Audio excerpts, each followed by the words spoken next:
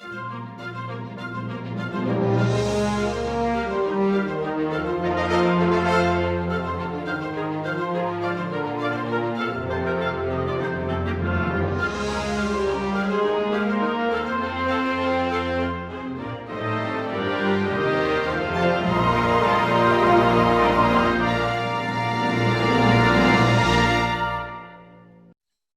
yeah, for sure.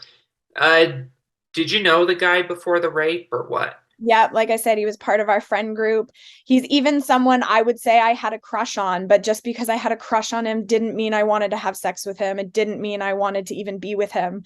So, he was someone everybody in our friend group thought was so cute and, all this. And like I said, he was friends with my older brother, and once my family found out, my brother was very upset, and of course, like none of them talked to him anymore, and he got cut out of the that group. But yeah, it was really um it was a weird time. It was, right after high school for many of us too, and so a lot of us went away to college, and so I just chose to move on with my life and not confront it head on. And I really, I'm inspired by those who can, especially young women and men who can confront their stories right away, because I didn't have the guts at that point in my life. I think I would now, but back Yeah, then, yeah, I was young and still learning.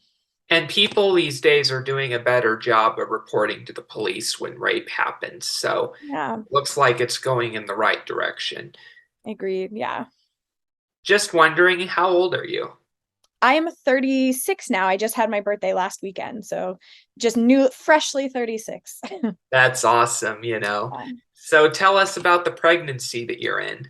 Yeah, this has been an amazing experience. So this is my first child, and I've been wanting to be a mother for a long time. I had a really challenging marriage, and I don't um before this one, I don't regret it, but it was a very tough time in my life, and he was dealing with some of his own issues, and I was not. He was using alcohol in a way that made me very uncomfortable and just was starting to destroy my life. And so while I still care for that man deeply and for my ex-husband, I feel so, so grateful for the partner that I found now. I didn't feel safe bringing a child into my last marriage. And so, in finding this new man who's actually someone I went to middle school with, but we met online, but we like sort of knew each other back in middle school.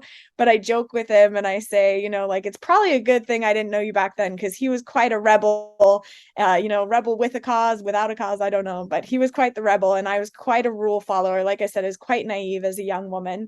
And it just, I was worldly in some ways, but I was just very, my parents weren't overprotective or anything. I was just a good girl, I followed the rules. I stuck to the kind of beaten path, and I got more wild once I got a little older and kind of started exploring the world. But um yeah, when I was young, I don't think I would have really gone for him. So I'm really glad that we didn't really know each other until later, but we had a lot of mutual friends and all of that growing up. So really grateful. He's going to be an amazing dad. He's already an amazing husband. He takes such good care of me, and he just helps me remind me how to love myself better, which is incredible when I'm struggling, in these moments. And so that's been really important during the pregnancy, because it can be really hard to be pregnant, emotionally, physically.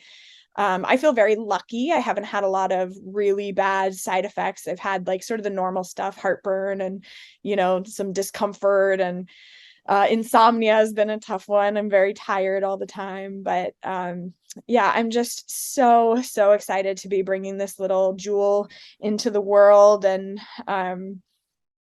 yeah, she's due tomorrow, and it could just be any time now. And we've got all the nursery set up and everything, although we just bought a house, so in a few weeks time we're going to be moving to the new house. But luckily, I'm really excited, we're going to move in with my parents, so I've got built-in support system and community. And It's not a hugely popular choice to move in with your parents as a 30 something year old, but we're really excited about having that community right close by, and I'm excited for my baby to grow up with her grandparents like right there, and we've got our own living space, so that'll make it a little nicer. We have our own kitchen and family room and that kind of stuff. So Have you yeah. picked a name yet?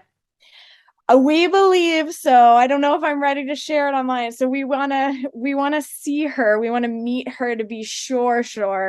Um, but let's see. Let me feel into it. Should I say?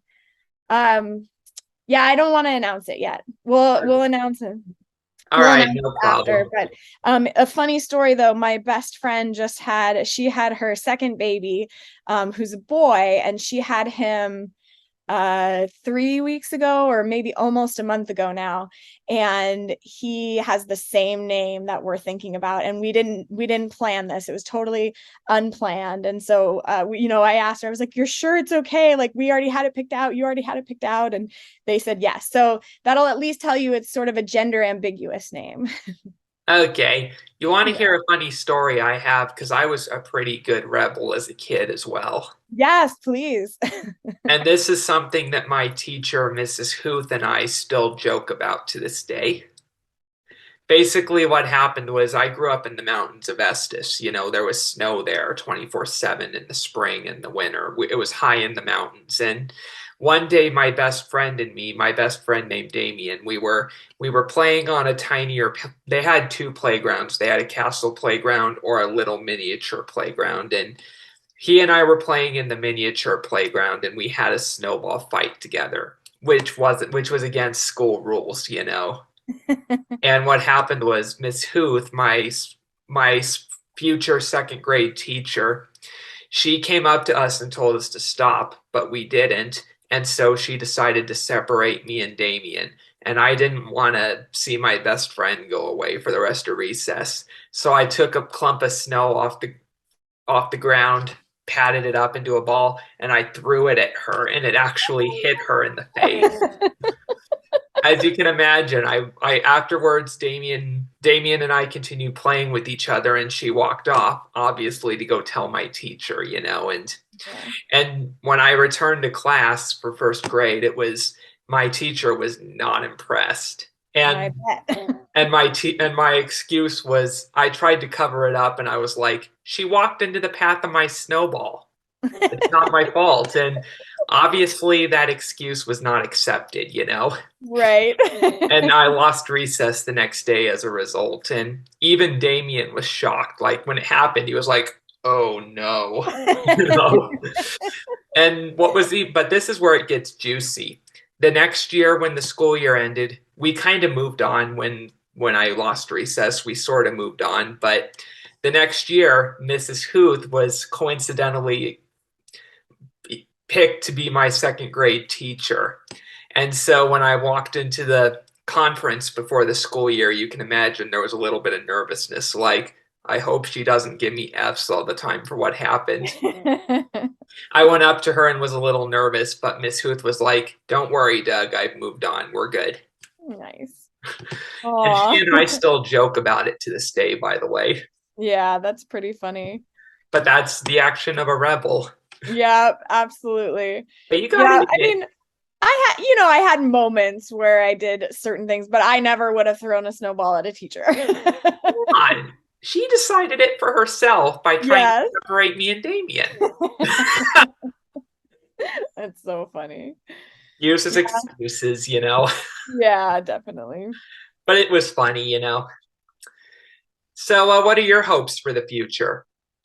Oh man, I am so blessed to be living the life that I'm living right now, and I feel really like aligned with my purpose. I feel like, one of the reasons I love what you do here, the Relentless and Unstoppable, is by having this desire, this persistence, and this determination to just keep living our lives. We like eventually we find alignment, right? Like we're like fighting to find that place where we like find our pathway. And of course there's going to be stumbles on the way always, but I feel like I'm in this beautiful place in my life where I'm reaping these amazing rewards for all of the challenges that I've pushed through. And I just know that, like, no matter, like, even like with labor coming up, I know it can be a really challenging thing. And I feel so excited about it because I have so many tools from my life to persist and to push through. And so I just feel very excited to see what it feels like and how to move through all that intensity and all that, um, you know, like this incredible transformation. And so my hope is just to like create this beautiful life for this new being coming into the world, where she gets to have her own challenges and learn to push through and become relentless and unstoppable herself. And that, but I can provide a safety net for her, that I can, just really be there to like back her up when she's struggling and be her cheerleader, and help create boundaries for when she's, in chaos or needs support. And then to keep working on those things in myself, because I'm sure being a parent will challenge me in a way that I've never experienced before. And I'm going to be a new person in this new role that I have never been in before. And so I'm nervous and excited about that. And with my husband, I'm so excited to be on this journey with him and, work. We have had some really challenging moments, especially early in our relationship, because we both had a lot of wounding. We both came out of challenging relationships, and it was hard to trust one another, and it was hard to find ease and patience with one another. And we've just come to this incredible place where even when we disagree, we're able to find amazing moments together and intimacy. And it's just, yeah, it's been an incredible journey, and I just want to keep doing it. I guess that's my hope, is just to keep growing and living where I'm at. Apparently, you're going to do good. I hope so. I hope so. People keep telling me I'm going to be a great mom. I feel like I've worked really hard to get to a point where I can really, I love people. I love children. I love caring for others. And I love this journey of healing that I've been on myself. And I really want to teach in the world. I want to teach other people how to love themselves better, how to be supported better, how to support others better. And um, yeah, I just feel really excited about that. I feel excited about my career with this new company, and supporting that mission and that goal in the world. And then seeing where life takes me, because it has a million twists and turns, and there's still a million things that I'd like to do in the world. So yeah, lots of hopes and dreams. That's great to hear, and we know you will definitely get there. So that's all we have for now. Awesome. Yeah. Well, thanks for letting me come back and give my update. And it's great to be back and to see you. You look great and shiny and good yourself. And that's great to see. Great to hear. And then I'll come to the Sacramento area and visit you one day. That would be wonderful. We'd love to have you out. Yeah, definitely. And I'll plant a whoopee cushion under your pillow. All right. Sounds fair. Just kidding, just kidding. That's all right. We like jokes. Yeah, yeah, definitely. You want to hear a good joke I have just I would before I love sign to. out? Yeah. I tried phone sex once. The holes were too small. Pretty good. Most people face palm when I tell them that one. Yeah, it's definitely one of those ones that's like, oh, a little cringy, but still funny. Yeah, yeah. All right. So I thank you for coming on. Yeah, thanks so much. Great to see you. Yeah. So where can people find you? I'm on Facebook. So I'm not doing too much as far as social media goes. I'm kind of just living where I'm at, but I'm on Facebook. I am on Instagram. I think a balancing point is my Instagram, and I'm on Facebook as Allison Schroeder Reynolds. So I can be found there, and definitely people can hit me up. And especially, like I said, anybody who's struggling and just needs a supportive ear, especially if they've been through anything like I've been through, I'm definitely a good person to reach out about that kind of stuff. Alrighty, everybody. So we'd like to thank Allison for coming on the show, and we'll see you next week for the next episode of RNU.